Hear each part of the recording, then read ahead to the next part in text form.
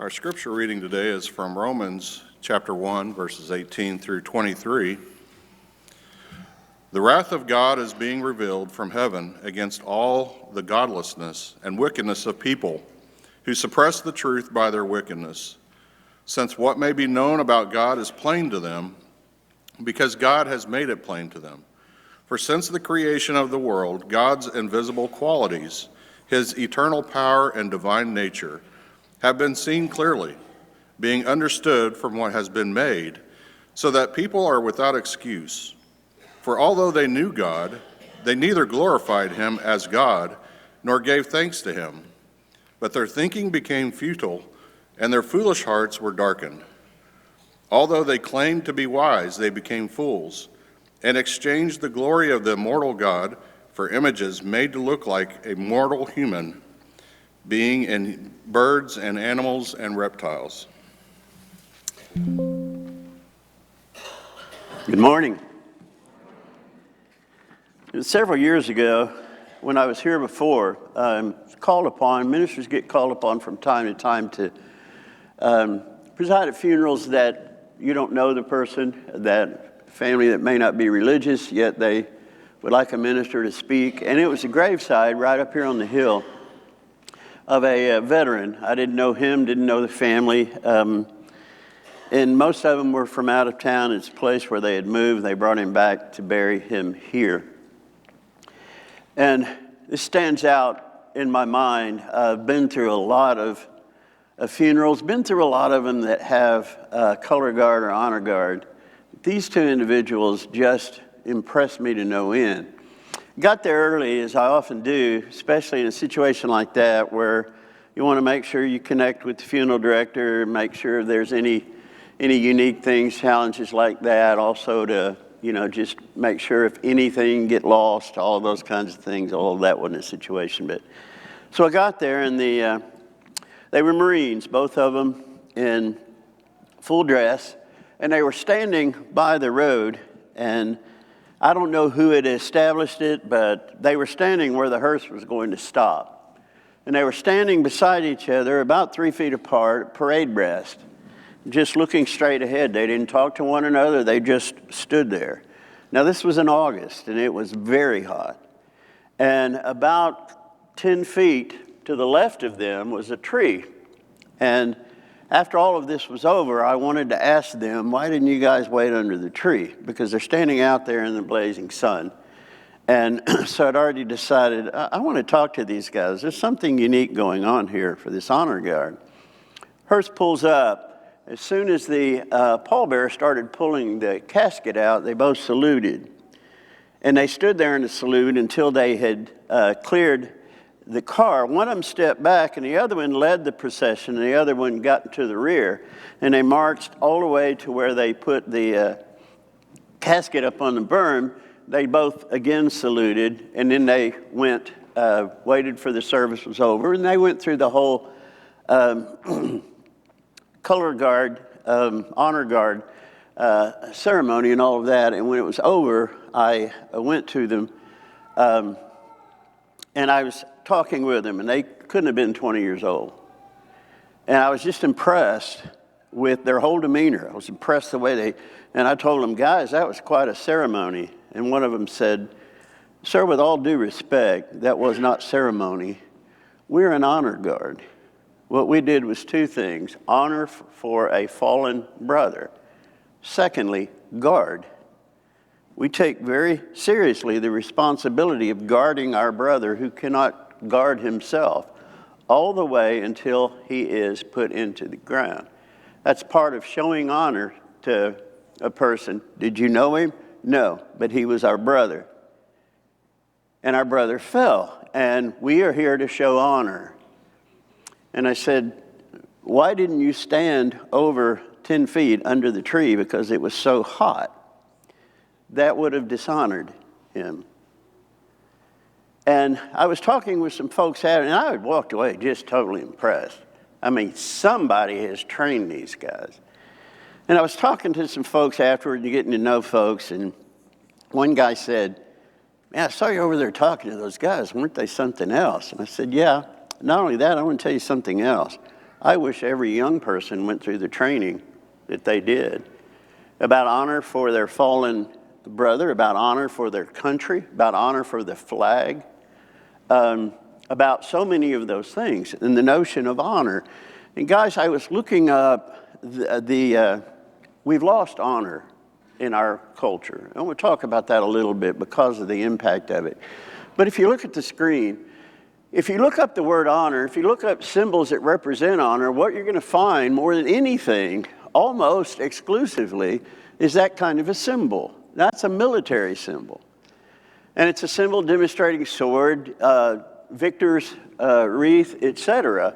But the idea of honor has been relegated to military. The show of honor, respect, all of those kinds of things. But the problem with that is it's almost absent from our culture any longer. And I want to discuss that because I want to discuss the impact that that's having on us. So what do we mean by honor? Honor is a concept encompassing personal integrity, moral uprightness, and the respect or high social standing a person receives. That comes in two forms. It functions as both an internal moral compass. Doing what is right is doing what is honorable. It's behavior that demonstrates honor toward whomever. It's not honor to self, it's honor toward whomever you're interacting with. The second is acknowledging honor in someone. So it's someone being honorable, and then it's someone that's honorable being honored. It's giving and receiving, if you will. It's showing honor and then receiving honor because what you do is honorable and you are an honorable person. So honorable people receive honor, and people who live by a code of honor are to be honored. So the idea is twofold. Now, let me show you a loss of, and you're very well of this, I just want to remind us, tremendous loss of honor in our culture begins with our children. In Oklahoma, approximately 6,000 to 6,500 public school teachers leave the classroom or change districts annually. 6,000 to 6,500 either leave their district or they leave teaching. Oklahoma adds roughly 1,700 to 1,900 first-year teachers with standard certificates to its schools each year. Do you see a problem? Yes. Now, what's going on is you have non-standard certification, you've got so-called backdoor certification, you've got increase of teacher age, on and on and on. But there's a tremendous deficit in our state. And it goes back to the notion of honor. In Oklahoma, look at this, up to 50% of new educators quit the teaching profession within their first 5 years. 50% within the first 5 years quit the teaching profession. The steepest drop-off happens almost immediately. Approximately 17 to 35% of brand new teachers leave their jobs after just their very first year on the job. 17, that lower number, leave the profession every year. That's a crisis. Now, what's causing it? What's the problem? Well, what teachers report is a lack of support from state regulators, a lack of support from administration, a lack of support from parents, inability to introduce discipline into the classroom, disrespectful students, student demands that sideline instruction. In other words, I have to deal with other things that the students bring, etc., and a general lack of respect for the career, a general lack of honor. Now, guys, what they're showing is not only are we feel dishonored by the students. If our students are not learning to honor those who are honorable, we have a cultural problem. And the harvest continually is going to get worse. Not only are we losing honor, but it's not that folks are becoming teenagers or adults and deciding they're going to be jerks. It's reinforcing the notion that honor is not due, if there's no expectation of it. And that creates all kinds of other problems. Individualism has undermined honor. It's undermined courtesy or being civil to one another because of my rights, because you're in my space, because I want to do what I want to do and I want to be free to do whatever. And that crass individualism has destroyed or is destroying the notion of showing honor to others because it's about what I desire. Without civility, and that's what honor is based on, there can be no civilization. You can't have civilization without folks being civil. Folks are not civil unless they demonstrate honor to those to whom it is due. We hear daily of acting out behaviors, and it's a minority of people, I understand that. We see it every day on airlines, people just going nuts, just showing dishonor for everyone on the flight. We see it in buses, subways, we see it in council meetings, we see it in rioting, and what we mainly see, and the reason for the issue, is no consequences. Now guys, if you're following the news, when you see a riot, when you see buildings torn down and all that, and you see 200 or 300 arrests, follow up with that, with what happens with those 200 or 300 people who have been involved in the riot. Within 24 hours, they're let go with no charges. Because the idea is just get them out of the situation so we can quell the riot, but there's no consequence to being riotous. There's no consequences to showing dishonor to somebody else's place, to somebody else's presence, to somebody else's establishment, et cetera, et cetera. In our schools, it's beginning with children.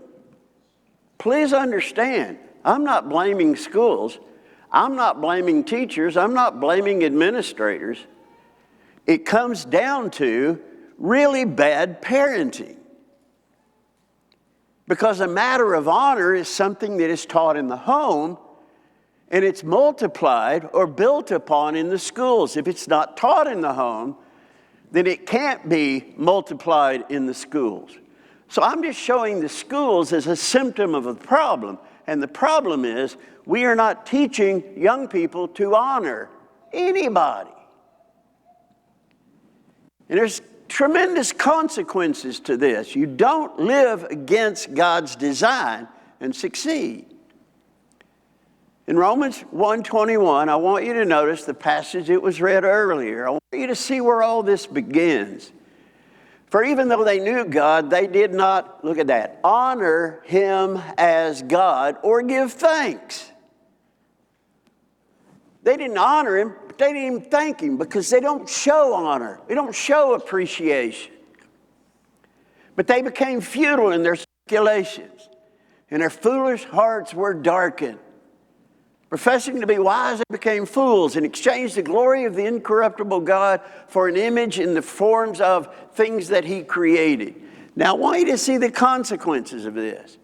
And just as they did not see fit to acknowledge God any longer, God gave them over to a depraved mind. They didn't honor God. God gives them over to depravity. That's what you're seeing, the symptoms that you're seeing on airlines. That's what you're seeing on buses. That's what you're seeing in city council meetings.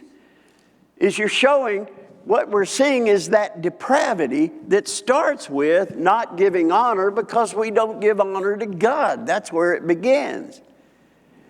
God gave them over to a depraved mind to do those things which are not proper. Being filled with all unrighteousness, wickedness, greed, envy, full of envy, murder, strife, deceit, malice. They're gossips, slanderers, haters of God, insolent, arrogant, boastful, inventors of evil, disobedient to parents.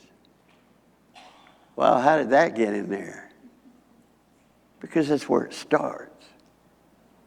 With understanding, untrustworthy, unloving, unmerciful, and although they know the ordinance of God, that those who practice such things are worthy of death. Are worthy of death. Do you see riotous behavior in those bold words? Do you see disrespect and dishonor in those bold words? Absolutely. And what does he say? Those who do those things are worthy of death. This is a pandemic of eternal consequences. Now, Peter tells us, look at this, honor all men. Love the brotherhood.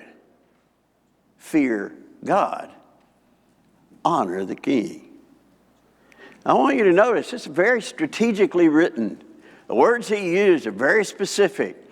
He talks about honor, love, and fear, but I want you to see where he applies them. Honor everyone. Now, do we love everyone? Yes, in a sense. Love the brotherhood. Honor everyone. They're not the same thing. Show honor to everyone. Now, included in that is going to be people who do not, quote unquote, deserve honor. Doesn't matter. We honor them because we honor God. We honor them because we obey God. He says, honor all men, and then at the end he says, honor the king. The two times he uses the word honor are in the situation where it's most difficult to do it. It's difficult to honor those who are in government. It's difficult to honor those who have responsibilities over us. It's difficult to honor all people because that includes some dishonorable people. And by dishonorable, what I mean is they don't live by honor. They don't have that morality that they make honor decisions and do things in honorable ways. But we honor them anyway. Why? Because honor is of God, and God commanded that. Now love the brotherhood. Honor everyone. And look what's in the middle of it. Fear God. Respect God. Trust God. Take him seriously at his word. Honor the king. Now, who he's talking about, there were two kings that were available when Peter wrote.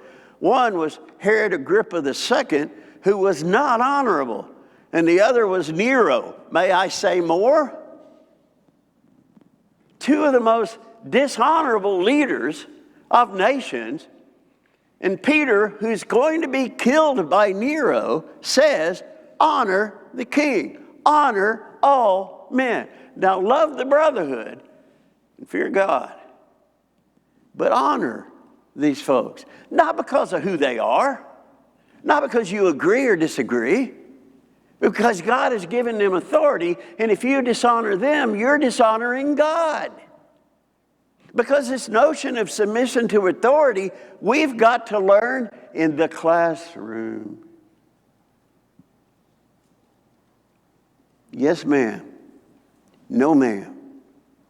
Yes, sir. No, sir.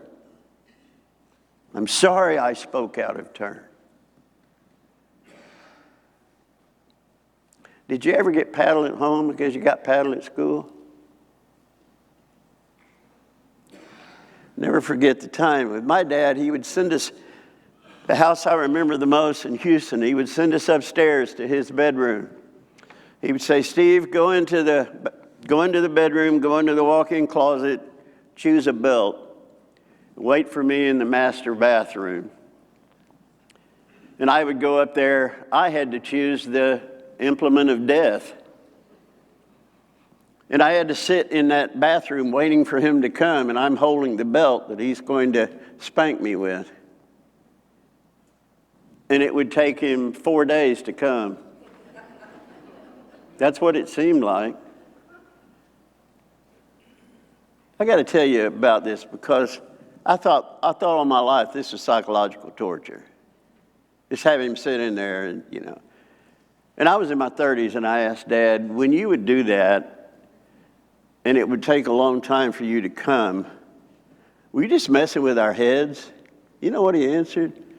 I was praying to God that I didn't strike you out of anger. I was praying to God that my heart was right in what I was about to do. Whoa. That's why it took him a while. He had to get right, or what all he was doing was punishing, which just invokes anger.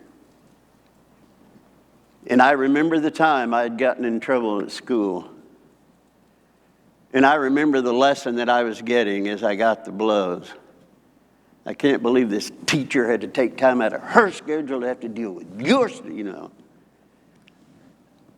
Why do I still remember that? Because it made an impression, not because of the spanking, but because of the lesson that he was teaching. How dare you take advantage of her? How dare you take the focus off what she's trying to do about your stuff? How dare you?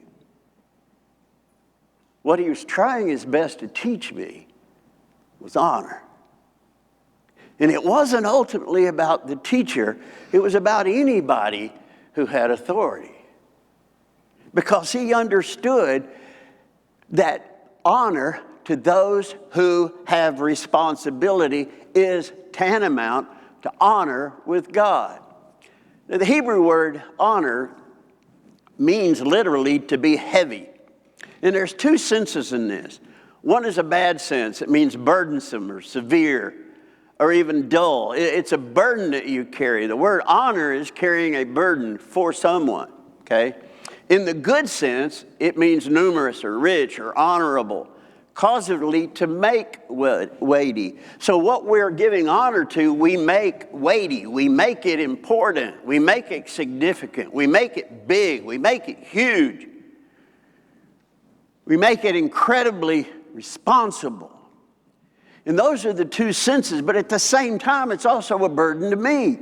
It's also a weight that I have to carry or to in order to give honor. Giving honor hurts. There's a responsibility. There's a burden there. It means to give weight or priority to someone who might actually be burdensome or severe. Honoring the king is honoring something that can be severe. Most of the time is severe. But you honor them as part of the burden.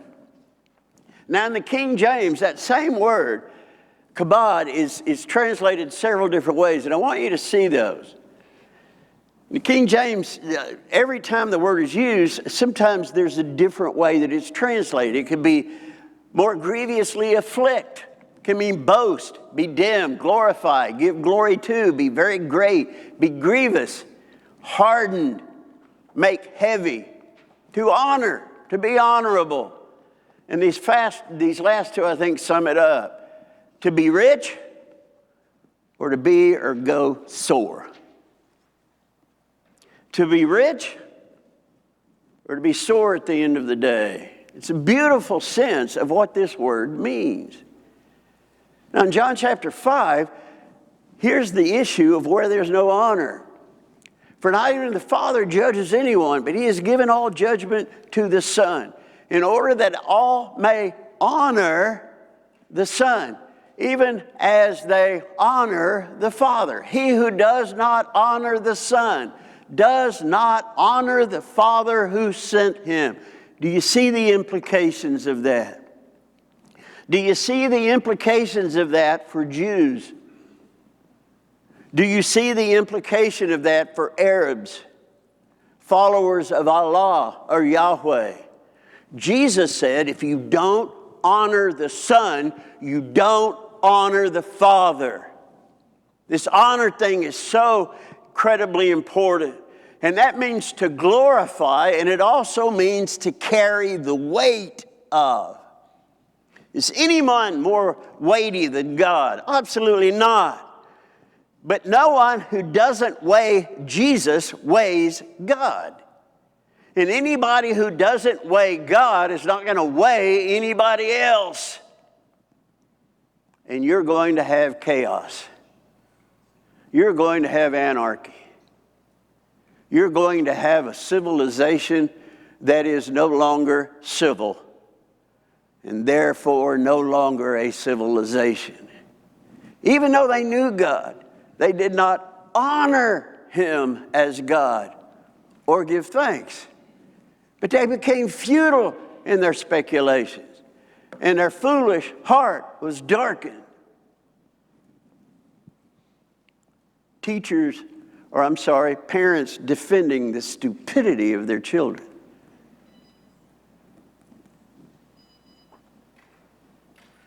Parents attacking teachers and administration because they did not allow the dishonor of their children. Not understanding or rejecting. You're helping us not teach them honor. You're helping us to teach them not to honor. And this is going to harm them the rest of their lives. When they show up in a riot and get arrested, and they think they're just expressing my free right to say what I want to say. Be devoted to one another in brotherly love, giving preference to one another in honor. Be careful how you speak to and about brothers and sisters. Be careful how you teach to and about teachers, deacons, elders. Now, the preachers say whatever you want to, but those people show honor to, because that's showing honor to God. Guys, I want you to understand, we have all simmered in a stew that lost honor decades ago, except in the military. And they're fighting very hard to rebuild it among the ranks, even in the military, because they have recruits coming into the military with no sense of honor at all. They can't expect a certain amount of honor. Render to all what is due to them. Tax to whom tax is due, custom to whom custom, fear to whom fear, honor to whom honor. Stand up in the presence of the elderly and show respect for the aged. Fear your God. I am the Lord. This passage links reverence for the gray-haired with fearing God. Stand in the presence of the elder and show respect for the aged. Fear your God. I am the Lord. Why did he tack that on? Because of the association between the two. Servants, be submissive to your masters with all respect, not only to those who are good and gentle, but also to those who are unreasonable. I don't know if Peter knew that Nero was going to kill him. Paul did.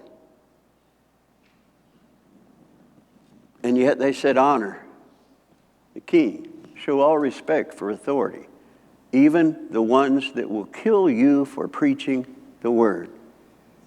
Because in doing that, you're showing honor to God, and you're showing submission. Paul was struck because he talked about the high priest.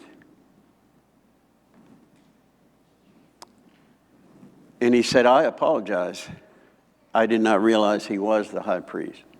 Because Scripture has said, please understand, he didn't respect what the high priest was doing. He didn't respect what he stood for. And he didn't respect his politics. But he respected the office that that man held, because he understood all authority, all government comes from God. Also to those who are unreasonable. Respect for authority is where honor to God begins. It begins with parents. It begins with teachers. It begins with police officers. And it just frustrates me to see videos of people pulled over and how they address police officers. And yes, they're corrupt policemen. That's why he says unreasonable. You don't act the way the world acts, because their minds are depraved. Romans chapter 1. Honor for parents is where honor for God begins. Honor for instructors Honor for anyone who helps discipline or train or anything like that. That's where this begins. Dishonor to authority is dishonor to God who created it. We are institutionalizing dishonor. We're making it an institution. And in our institution, it's being treated as the way to be. By kneeling at the altar of individualism. We are a nation who has lost its honor. And I want to tell you, I feel for those in school systems, I feel for administration, I feel for all of those who are trying to come up with solutions for what's happening in our classrooms and what's happening with teachers leaving the profession, many of them in their first year, because all they can deal with is symptoms. Because they can't change culture. They can't change parents. They can't change legislators. And that's all symptoms. Where it starts is a heart that is submissive to God and honors everyone. And honors the king. And loves the brotherhood. And fears God. Because this is all right next to his heart. Now, brothers and sisters, we can't change the world. But we can evangelize it. And there's nothing that changes the hearts of parents like submission to God through Christ Jesus. Nothing will change this nation to what this nation needs to be, and maybe at one time was better at being, except Christ in the hearts of each American. Because the change then comes from transformation, not someone defeating my mindset. Because submission to whatever authority begins with submission to Christ Jesus. Because we all had to come to him broken, hat in hands, and saying, I have made a mess of my life. I am sorry. But if you will accept me and save me, I will serve you the rest of my life. I will be on my knees ever in front of you. I will give you the honor that you deserve, and I will love doing it. Legislation doesn't change hearts. Love does. And love comes from God. Brothers and sisters, we've got an amazing task before us, but it's not converting the world. It's changing a life. It's changing Tahlequah one heart at a time. And that starts with our submission. That starts with us honoring not just God in words, but showing honor to what he has commanded us to do and empowered us to do. But it starts with our submission. Is that your walk right now? Can you say to yourself, honestly in your heart, I am following him regardless of the cost? If not, you have the opportunity to make that decision, remake that decision, or do what you need to do to ensure that. Can we help you do that this morning? Come as we stand and sing, would you? Have you been to Jesus for the cleansing power? Are you washed in the blood?